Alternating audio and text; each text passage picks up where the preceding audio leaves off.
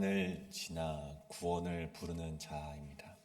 고난을 지나 구원을 부르는 자라는 제목을 가지고 잠시 하나님의 말씀 나누도록 하겠습니다. 우리가 신앙생활을 하다 보면 어떤 사람들이 이런 말을 하기도 하고 우리 역시 그런 말을 내뱉은 적이 있을 것 같습니다.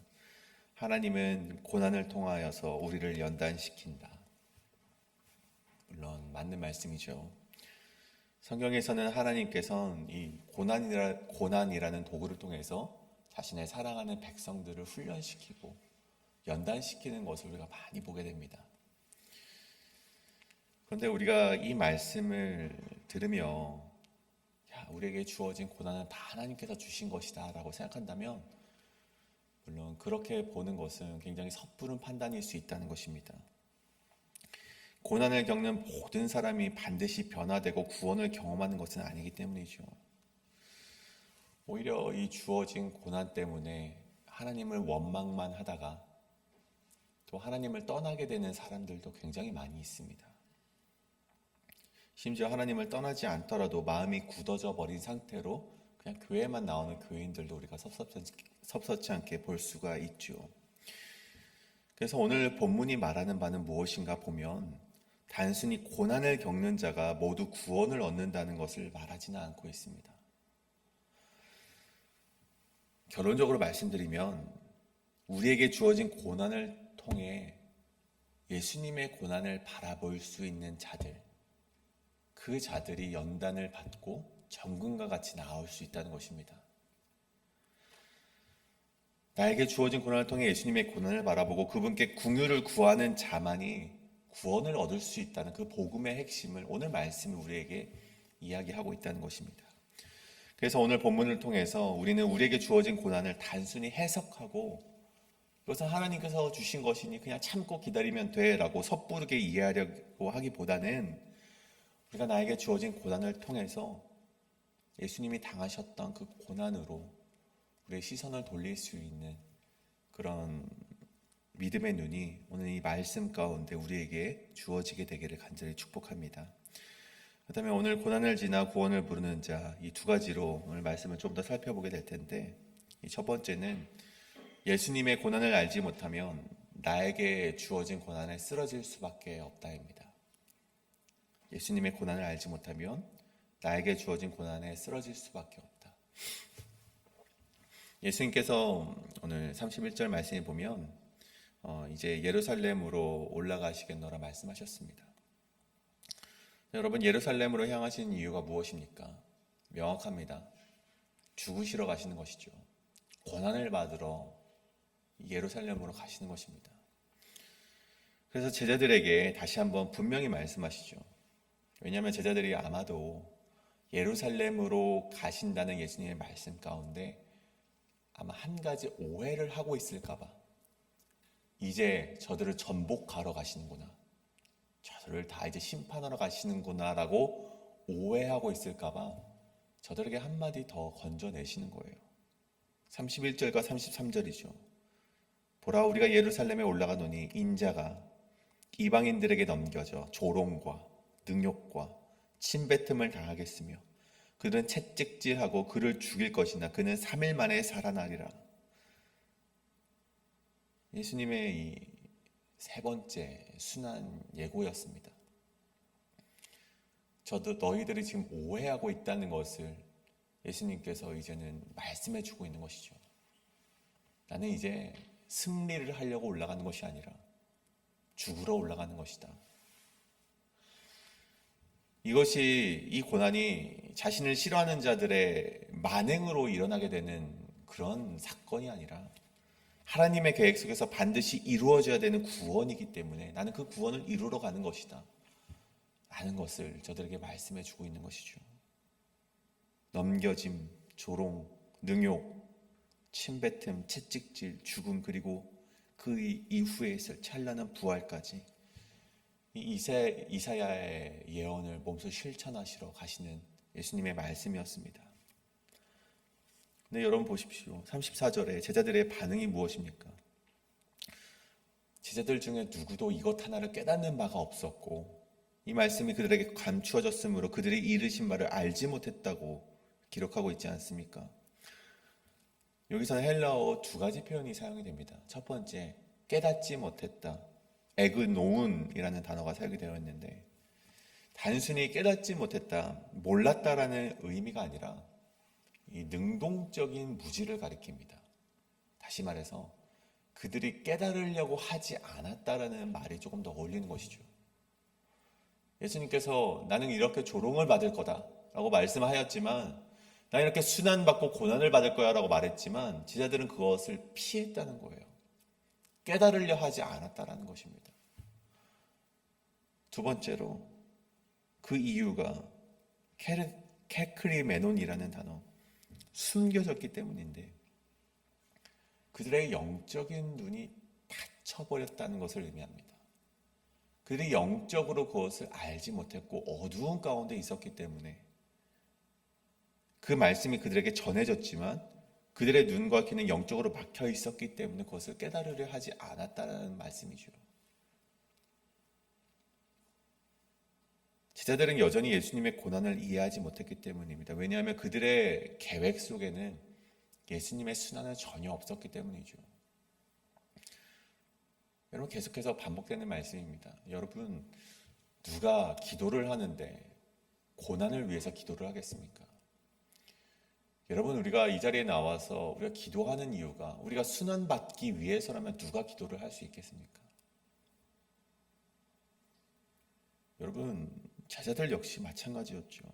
그들의 기대와 그들의 바람은 예수님께서 이 메시아가 로마를 무너뜨리고 우리가 예수님이라는 동아줄을 잡았는데 그 동아줄 가운데 하나님께서 반드시 승리하셔야만 하는데, 십자가에서 죽는 고난받는 종의 모습은 그들의 신앙 가운데 있어서는 안 될 일이었고, 그들이 만약에 그렇게 된다면 내가 썩은 줄을 잡았구나라고 생각될 수밖에 없는 그 일을 예수님께서는 그들에게 말씀하셨고 걸어가시겠다고 하는 그림을 그들은 받을 수가 없었던 것입니다. 그래서 예수님께서 이 첫 번째 얘기하시고 두 번째 얘기하시고 오늘 말씀에서 세 번째 얘기하실 때마다 그들은 그 말씀을 불편해했고 피했고 때로는 그 말씀 가운데 논쟁하기도 했다는 것이죠. 여러분, 이 본문의 사항은 오늘을 사는 우리에게도 중요한 교훈을 주고 있습니다. 우리가 예수님의 고난을 바르게 이해하지 못한다면 우리에게 주어진 고난은 여전히 피하고 싶은 고난이고 정말 논쟁거리가 되는 것이고 불편해하는 것이고 억울하고 불쌍하고 정말 쓰러질 수밖에 없는 정말 우리의 삶의 문제로 남을 수밖에 없다는 것입니다. 여러분, 우리에게 고난이 다가왔을 때 우리는 어떡합니까? 예를 들어 우리 갑작스럽게 직장을 잃고 우리 경제적으로 어렵게 되었을 때, 혹은 일평생을 주님께 헌신하며 살아왔지만 이 계속되는 병과 싸워야 되게 되었을 때, 혹은 가족과의 관계 가운데 그 관계가 무너져서 매일과 같이 지옥을 경험하고 있는 자들, 그런 현실 앞에서 우리가 어떻게 말을 합니까? 하나님, 정말 살아는 계십니까? 하나님, 어찌하여 이것을 나에게 허락하셨습니까? 하나님, 내가 일평생을 헌신하였는데 왜 믿지 않는 자들은 저렇게 떵떵거리며 잘 살아가는데, 일평생 헌신하며 주님을 고백해온 나에게는 왜 이러한 고난을 주십니까? 여러분, 이런 말을 하지 않겠습니까? 근데 여러분, 이렇게 고난 속에 있는 사람에게 단순히 이거는 하나님이 주신 고난이야, 하나님이 주시는 연단이란다 라고 말한다면, 하나님이 더 좋은 걸 준비해 주셨을 것이야 말한다면, 여러분, 그것이 위로가 되겠습니까? 그 말이 어찌 은혜로 다가올 수 있겠습니까? 여러분, 그것은 오히려 상처뿐이라는 것이죠. 고난을 억지로 납득하려고 한다면 결국 하나님을 원망하거나 신앙을 떠나게 되는 경우가 굉장히 많음을 우리는 바라보았습니다. 그렇기 때문에 우리는 우리에게 고난이 주어졌을 때 바라보아야 되는 것이 있습니다. 그것이 무엇입니까? 나의 고난을 통해 예수님이 당하신 고난을 바라보는 신앙의 눈이 있어야 된다는 것입니다. 여러분, 그 눈이 없다면, 그 고난, 왜 예수님께서 고난을 당하셨는지 우리가 이해하지 못한다면 우리에게 주어진 고난의 불평과 원망과 피하고 싶은, 정말 그것이 하나님께 어떻게 보면 저주까지도 이어질 수 있는 그런 삶으로 이어질 수 있다는 것이죠. 다시 말해서 예수님의 고난을 깊이 묵상할 때만이 우리는 우리의 고난을 이해할 수 있는 자리로 나아갈 수 있다는 것입니다. 예수님을 보십시오. 신이 아닌 인간의 모습으로 내려오셔서 겪지도 않아도 되는 그 고난을 겪으면서까지 우리의 아픔을 공감해 주시고 우리의 모든 상황에 통감을 해주시는 그 예수님의 모습을 보면서 외면당하고 오해받고 버려지고 채찍질당하고 그러면서까지 이루고자 했던 구원의 여정을 통해서 우리에게 말씀하시는 바가 무엇입니까? 너희도 이 길을 함께 걸어가길 원한다. 여러분, 예수님께서 여러분에게 그런 말씀을 하고 계시는 것입니다. 너희도 이 길을 함께 걸어갈 수 있겠니? 단순히 너희가 생각하는 그런 군사적인 승리가 아니라, 정치적인 어떤 메시아적인 승리가 아니라 십자가의 길을 통한 승리를 너희가 이루기를 바란다라는 그 메시지를 우리가 이해할 수 있을 때 우리에게 주어진 모든 고난에도 선하신 하나님의 계획을 믿으며 우리가 오늘 하루를 살아낼 수 있다는 것입니다. 주님, 제 고난도 헛되지 않게 하실 줄 믿습니다. 이 길 끝에도 하나님의 뜻이 있고 구원의 은혜가 임할 줄 믿습니다라는 그런 고백이 우리 스스로 가운데, 우리 내면에서부터 울려 퍼질 때 우리의 고난이 승리로 이어질 수 있는 소망이 여러분의 삶 가운데 주어진다는 것입니다. 예수님의 고난 안에서 나의 고난을 바라보는 사람, 그 사람만이 고난 속에서도 소망을 발견할 수 있는 것입니다. 오늘 그러한 영적인 눈과 믿음의 고백을 올려드릴 수 있는 여러분과 제가 되기를 간절히 소원합니다. 여러분, 고난이 왜 나에게만 주어지겠습니까? 그러지 않죠. 이 세상 모든 사람들이 저마다의 고난을 가지며 살아갑니다. 하지만 그 고난을 이겨내는 사람은 나의 고난을 통해서 예수님의 고난을 바라보고 그 고난이 끝이 아니라 고난 끝에 있는 구원의 여정을 바라보시는 그 사람만이 정말 참된 구원을 받을 수 있다는 것을 꼭 믿으시며 그것이 여러분의 삶이 되길 간절히 소원합니다. 이것이 바로 첫 번째, 예수님의 고난을 알지 못하면 나에게 주어진 고난에 쓰러질 수밖에 없다입니다. 그렇다면 두 번째는 고난 중 긍휼을 구하는 믿음이 구원을 부른다는 것입니다. 고난 중 긍휼을 구하는 믿음이 구원을 부른다. 이 말씀하시고 예수님께서 이 여리고로 이제 걸어가시는데 제자들이 고난의 앞에서 이 길을 잃은 반면에 이 맹인이라는 자가 나와서 고난 중에도 불구하고 예수님께 소망을 걸고 외치는 장면을 보게 됩니다. 이 이야기에 배치고자는 참 의도된 것처럼 참 재미있는 것 같아요. 앞선 말씀에서 이 제자들을 보십시오. 제자들은 이 육신의 눈은 떠 있습니다. 세상을 바라보는 눈은 떠 있는데 그 영적인 눈은 닫혀 있어서 그 영의 세계를 인식하지 못했던 거에 반면 이 맹인을 보십시오. 이 맹인은 육체적으로는 볼 수 없었습니다. 하지만 반대로 영적인 눈은 뜨여 있어서 예수님이 지나갈 때 예수님을 보면 긍휼을 구하면서 믿음을 외쳤다는 것입니다.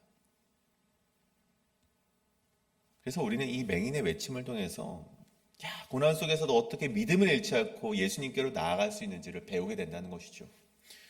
여러분 38절을 보십시오. 그가 부르짖는 외침을 한번 보시길 바랍니다. 다윗의 자손 예수여 나를 불쌍히 여기소서. 여기서 불쌍히 여기소서라고 번역된 헬라어 엘레이손 메는요, 이 메는 나를 가리킵니다. 엘레이손, 불쌍히 여기다, 나를 불쌍히 여겨주소서라는 말은요, 단순히 동정심을 구하는 말이 아닙니다. 단순히 나를 치근히 여겨주시옵소서, 불쌍히 여겨주시옵소서라는 말이기보다 이 구약의 헤세드의 사랑 있죠. 언약한 백성에게 내리시는 긍휼과 사랑, 그 헷세대의 사랑을 외치고 있는 것입니다. 그래서 나를 불쌍히 여기소서라는 말은 이전에 하나님 당신의 언약 백성인 나를 기억하여 주옵소서라는 그런 의미가 담겨 있다는 것입니다.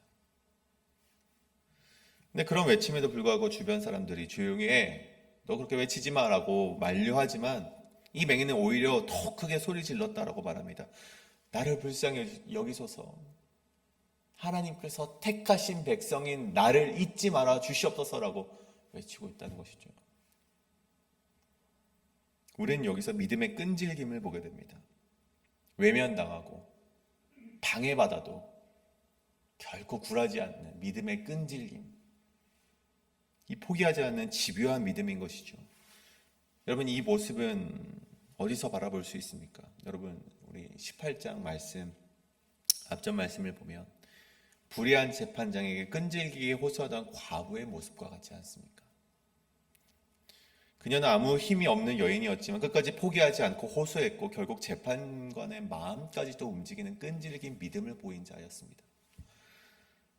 여러분, 또 세리의 기도를 기억하십니까?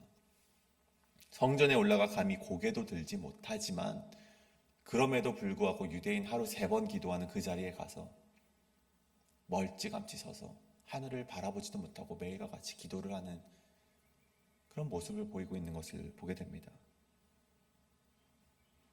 그 가운데 하나님 나를 불쌍히 여겨 주시옵소서라고 기도하는 그 세리의 기도, 이 3명 모두는요 자신의 의로움이 아니라 하나님의 긍휼에 기대는 믿음 가운데 기도를 했다는 것입니다.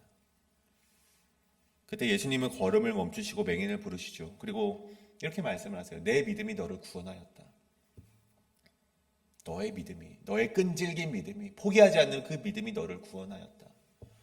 여러분, 구원이 무엇입니까? 여러분, 구원은요 단순히 한 사람의 구원으로 끝나지 않습니다. 여기 앉아 계시는 앞에 우리 남해란 집사님, 너가 구원을 받았다 그러면 남해란 집사님만 구원을 받은 것입니까? 여러분, 구원은요 이 세속겐이라는 구원하다라는 헬라어를 가지는데, 여러분 그 사람이 물론 구원을 받았습니다. 눈을 뜨는 이 맹인이라는 억눌림 속에서 이제 구원이라는 해방을 경험하였습니다. 여러분, 근데 기억나십니까? 제자들이 예수님, 저 맹인은 누구의 죄 때문에, 누가 죄를 지어서 저렇게 맹인인 것입니까? 그랬을 때 여러분, 예수님께서 무엇라 말씀하십니까? 그 사람이 어떤 죄 때문에 그런 것이 아니다. 이것은 하나님이 자신이 하시는 일을 나타내기 위함이다라고 말씀하지 않으십니까? 여러분, 오늘 우리가 바라보는 것은 저들의 눈을 뜬 것만 오늘 좀 기록이 되어 있지만, 여러분 눈만 뜨게 되었겠습니까? 여러분, 보통 구원을 말할 때는요 전인적인 구원을 말하는 것이죠. 이 몸도 치료가 되지만 그 영혼도 치유가 되고, 그 영혼이 치유가 되면서 그 삶이 전부가 치유가 되고, 그 주변에 있는 모든 이들에게 그 영향이 간다는 것입니다. 여러분, 43절을 보십시오. 곧 보게 되어 하나님께 영광을 돌립니다. 보게 되었고 그 영혼이 하나님을 찬양하는 인생이 되었고, 예수를 따르니 백성들이 다 이를 보고 하나님을 찬양하게 되었다. 집사님뿐만 아니라 이 자리에 있는 모두가 하나님을 찬양하게 되는 그런 구원의 역사가 이 여리고 한 가운데 일어났다는 것입니다. 여러분, 구원이라는 바로 그런 것입니다. 여러분, 나를 불쌍히 여겨주셔서라는 그런 집요한 믿음으로 하나님께 나아갔을 때 단순히 나만 구원을 받는 것이 아니라 나를 통하여서 내 옆에 있는 사람도 함께 그 구원의 기쁨을 맛보고, 우리 가정이, 나를 통해서 우리 가정이 구원을 맛보고, 우리 가정을 통하여서 우리 교회가 구원을 맛보고, 이 땅 회의빛 땅의 구원을 얻게 되는 것이 하나님이 우리에게 주시고자 하는 구원이라는 것입니다. 여러분, 이처럼 고난 중에도 예수님을 향해서 끈질기게 부르짖는 자, 자기의 자격이 아닌 하나님의 긍휼에 호소하는 자, 예수님의 정체를 믿고 고백하는 자, 그런 자들의 믿음만이 예수님을 멈추게 하고 구원을 불러 일으키게 된다는 것입니다. 여러분, 나에게 있는 고난이 너무나도 중하여서 하나님께 부르짖을 힘도 없으십니까? 여러분, 여러분의 고난이 이 맹인보다 더 중하십니까? 여러분, 일평생 보지 못한 맹인이었습니다. 여러분들 이 맹인이 앞을 보지도 못하면서 예수 그리스도라는 한낱 그 실 같은 그런 희망에 자신의 인생을 기대면서 그렇게 부르짖었을 때 구원이 임하였듯이 여러분 힘이 없을 때에도 여러분 우리가 반드시 해야 되는 집요한 끈질김은 여러분 하나님께로 나오시는 끈질김이 되어야 될 줄 믿습니다. 여러분 그 끈질김이 여러분을 구원으로 인도할 줄 믿습니다. 오늘 말씀 정리하고자 합니다. 여러분은 고난 속에서 무엇을 외치고 있으십니까? 어떤 사람은 이 고난 속에서 하나님 왜 나에게 이런 고난을 주셨습니까? 라고 불평만 하는 자들이 부지기수죠. 저는 이 교회 가운데도 그런 사람들이 굉장히 많은 줄로 생각하고 있습니다. 하지만 그럼에도 불구하고 어떤 사람은요 그냥 주저앉아 있지 않는다는 것입니다. 맹인과 같이 나에게 고난이 있을지라도 하나님께 끈질긴 믿음으로 나오는 자가 분명히 있다는 것입니다. 여러분 그 믿음의 부르짖음을 외치는 자가 저는 여러분이 되길 간절히 소원합니다.